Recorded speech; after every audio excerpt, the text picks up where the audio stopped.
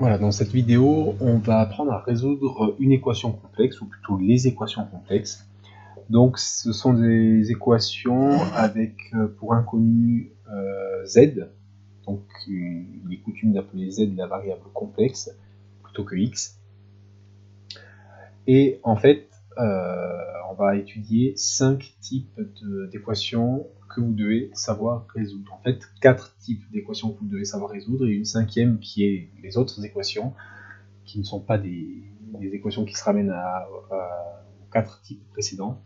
Et on verra la méthodologie pour résoudre ces équations-là.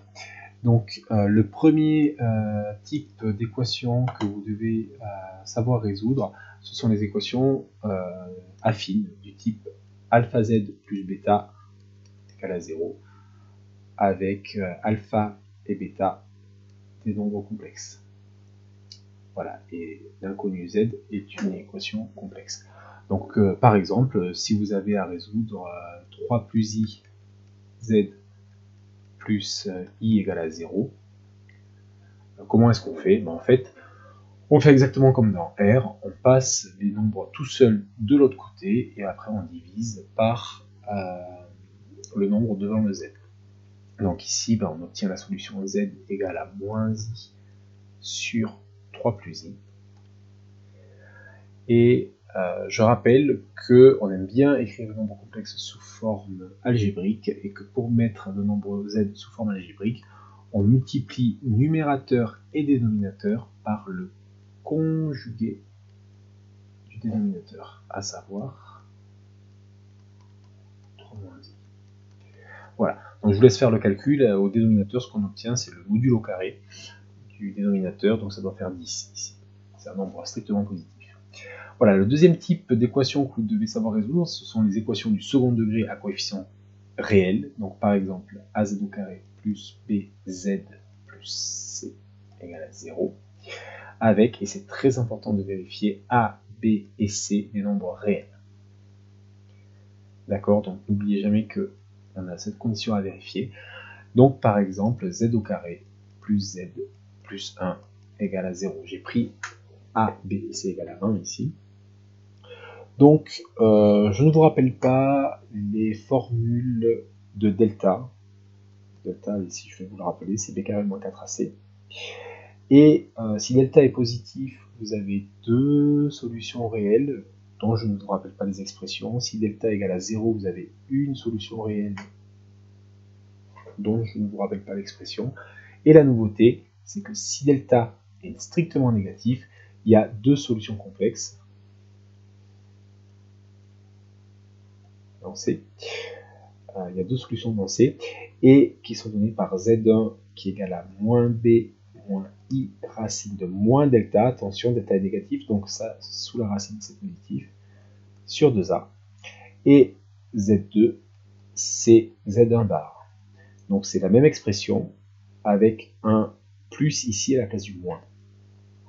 Donc, dans notre exemple, z carré plus z plus 1 égale à 0, vous calculez delta, donc delta ça fait moins 3, et donc les deux solutions complexes sont z1 qui vaut, donc moins b ça fait moins 1, moins i racine de 3 sur 2, et z2 qui est la même chose, avec un plus.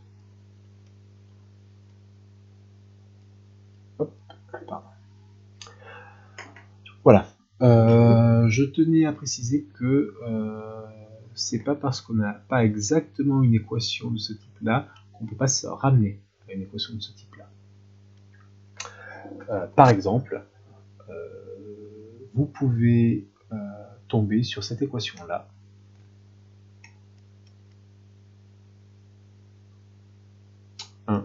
Plus 1 sur z plus 1 sur z au carré égale à 0. Là, vous voyez que cette équation-là, en multipliant tout par z au carré, se ramène à ce type d'équation. Donc faites attention à ce genre de petites subtilités. Par contre, vraiment, ce qui est important, c'est que A, B et C soient réels. Voilà, le troisième type d'équation que vous devez savoir résoudre, ce sont les équations de la forme z moins za en module. Donc là, c'est des équations vraiment différentes, puisqu'on ne vous demande pas de résoudre le nombre complexe, mais le nombre complexe en module, égal à z moins zp en module aussi. Donc ici, c'est un argument géométrique qui va prévaloir. Pourquoi on écrit ces équations sous cette forme-là? Il faudra vraiment les écrire exactement sous cette forme-là, avec module de z, et vraiment z, pas autre chose que z, moins quelque chose, égal à module de z moins autre chose. Donc c'est vraiment sous cette forme-là qu'il faudra les écrire. Et si on ne peut pas se ramener à ce type d'écriture, c'est que c'est pas la bonne méthode. Et bien en fait, si on appelle m le point d'un fixe z, la première quantité s'interprète comme la distance AM, et la deuxième quantité c'est la distance BM. Et donc ça signifie que M appartient à la médiatrice de AB en segment. Voilà. Donc par exemple, si vous devez résoudre z moins 3 égale à module de z plus i, et bien en fait, votre ensemble de solutions, c'est la médiatrice de AB avec A, le point d'un fixe 3, puisqu'on écrit sous la forme z moins 3, et B d'un fixe moins i cette fois-là. D'accord? C'est z plus i que vous pouvez réécrire z moins i. Je sais que c'est un peu bizarre d'écrire sous cette forme-là, mais c'est comme ça qu'il faut le faire, puisque c'est la formule de la distance qui apparaît. Voilà. Et donc, c'est très important de l'écrire sous cette formule. Z moins quelque chose égale à Z moins quelque chose en module.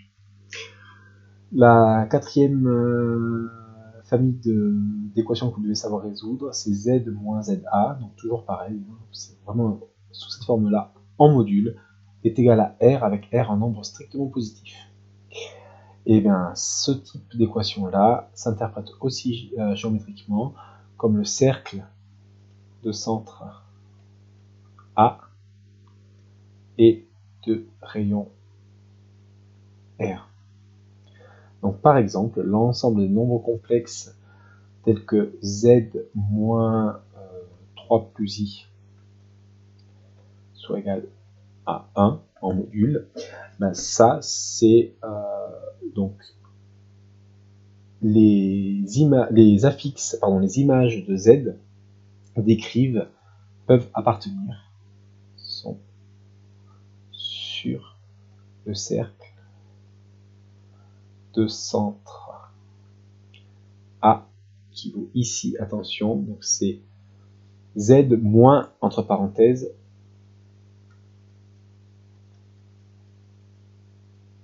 3 moins i, hein. Faites bien attention. Et donc c'est le cercle de centre A d'un fixe 3 moins i et de rayon 1. Voilà. Le dernier type d'équation que vous devez savoir résoudre, ben en fait, c'est les équations qui ne sont d'aucune de ces formes-là, notamment des équations qui font apparaître z bar, par exemple. Donc, si vous devez résoudre z plus z bar égale à i, ben ça, la méthode que vous devez connaître, c'est toujours la même, c'est de poser z égale à a plus ib, et puis d'identifier.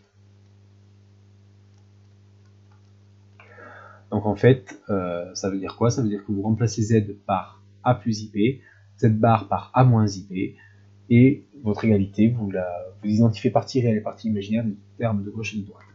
Pour l'équation qu'il y a ici, par exemple, on arrive à a plus ib plus a moins ib égale à i. Avec a et b, je ne l'ai pas précisé, mais c'est important, des nombres réels. Vous voyez que les ib se simplifient et on arrive à 2a égale à i, avec a un nombre complexe, a un nombre réel, pardon, et i qui est l'imaginaire pur. Lui, il appartient à C, hein, mais il appartient à C privé de R, hein, c'est un imaginaire pur, alors que lui, il appartient à R. Et donc ça, c'est impossible. Donc il n'y a pas de solution à cette équation-là. Voilà, donc la méthodologie, c'est toujours de poser z égale à a plus ib dans le dernier type d'équation.